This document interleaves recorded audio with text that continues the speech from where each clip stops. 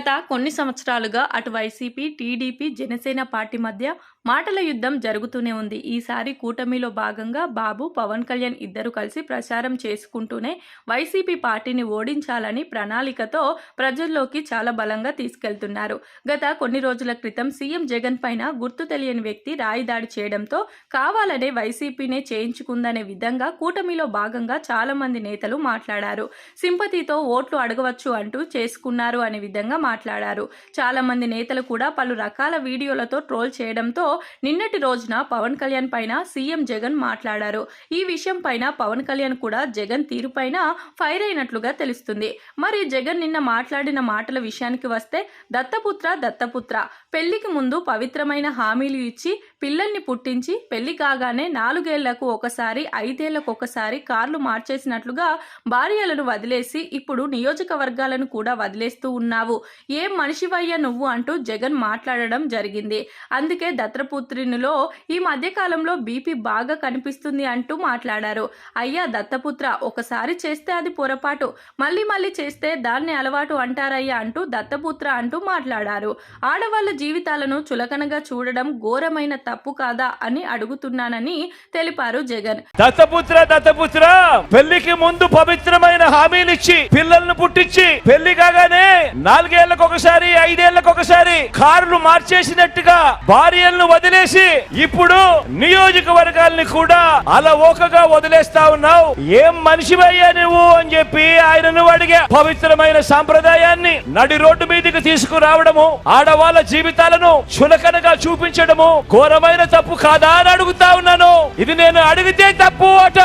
నిన్ను చూసి ఇదే తప్పు ప్రతి ఒక్కరూ కూడా చేయడం మొదలు పెడితే, ఇలా 5 ఏళ్లకు ఒకసారి 4 ఏళ్లకు ఒకసారి భార్యలను మార్చడం మొదలు పెడితే అక్క చెల్లెమ్మల బ్రతుకులేం కావాలి అని కనీసం ఆలోచన కూడా చెయ్యని ఈ పెద్ద మనిషిని నువ్వు చేస్తా ఉన్నది తప్పు కదయా అని అంటే చాలు, ఆ పెద్ద మనిషిలో కూడా బీపీ విపరీతంగా పెరిగిపోతుంది. ఇలా ఊగిపోతా ఉంటాడు, చేతులు ఊపేస్తాడు, కాళ్ళు ఊపేస్తాడు, తల ఊపేస్తాడు, అన్ని ఊపేస్తాడు. ఆయన బీపీని అసలు తట్టుకోలేము. దీనిపైన పవన్ కళ్యాణ్ మాట్లాడుతూ తాను ఓడిపోతున్నాననే భయంతో ఇలా మాట్లాడుతున్నారంటూ తెలియజేశారు. పవన్ కళ్యాణ్ పైన ఇలా ఫైర్ అవుతూ ప్రత్యేకించి నా మీద నీకు కోపం పెరుగుతుంది, అది నాకు తెలుస్తుంది అంటూ మాట్లాడారు. నీ కోపానికి కారణం నువ్వు ఓడిపోతావనే నాకు బలంగా తెలుసు. మా ప్రభుత్వం వస్తుందని తెలిసి వచ్చాక ఒక్కొక్క రౌడీ మాజీ ఎమ్మెల్యే వైసీపీ వాళ్ళకి శిక్ష పడేలా చేస్తామంటూ మనస్ఫూర్తిగా కోరుకుంటున్నాను అంటూ పవన్ కళ్యాణ్ మాట్లాడారు. అంతేకాకుండా సీఎం జగన్ కు భయం చూపెడతానంటూ సవాల్ విసిరారు పవన్. ఎవరన్నా సరే, నిన్న కూడా జగన్ మాట్లాడుతా భీమవరంలో నేను కూర్చొని మార్చేసుకున్నానంట, భీమవరం నుంచి మార్చానంట. ఏదైనా మాట్లాడితే కూర్చోబెట్టి వ్యక్తిగతంగా మాట్లాడతాడు.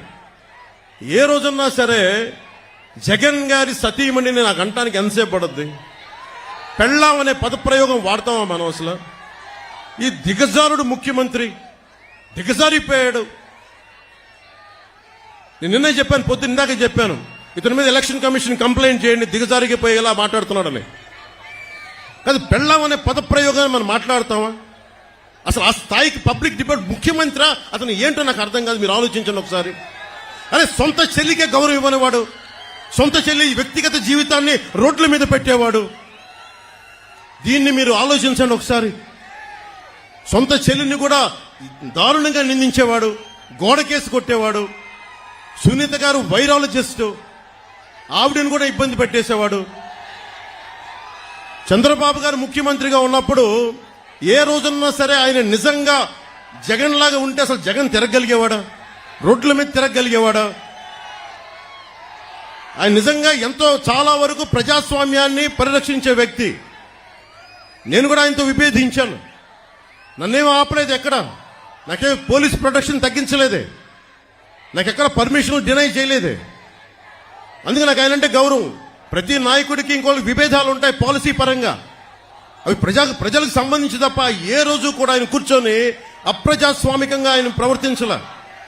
జగన్ ఈ రోజు కూర్చొని మేము రోడ్ల మీదకి రావాలంటే అన్ని ఆంక్షలు పెడతాడు, అతనే కొట్టుకొని మా మీద నెపం పెడతాడు. ఇంకొకసారి జగన్ని మీరు కేవలం వచ్చే ఎన్నికలు కాదు, రాజకీయాల్లో అతను పక్కన పెట్టకపోతే ఆంధ్రప్రదేశ్ కాదు దేశానికి కూడా ఇలాంటి నాయకులు చీడ పురుగులు. మీరు దయచేసి బలంగా పెట్టుకోండి. మీరు కనుక బయటికి వచ్చి బలంగా ఈ రోజున చిన్న చిన్న ఉత్సాహం కాదు, పాలపొంగులకు రాకుండా నిజంగా లోతుగా అధ్యయనం చేయండి. మీ భవిష్యత్తు ఇది. నా భవిష్యత్తుకి ఇబ్బంది లేదు, చంద్రబాబు గారి భవిష్యత్తుకి ఇబ్బంది లేదు, ఆయన కుటుంబానికి ఇబ్బంది లేదు.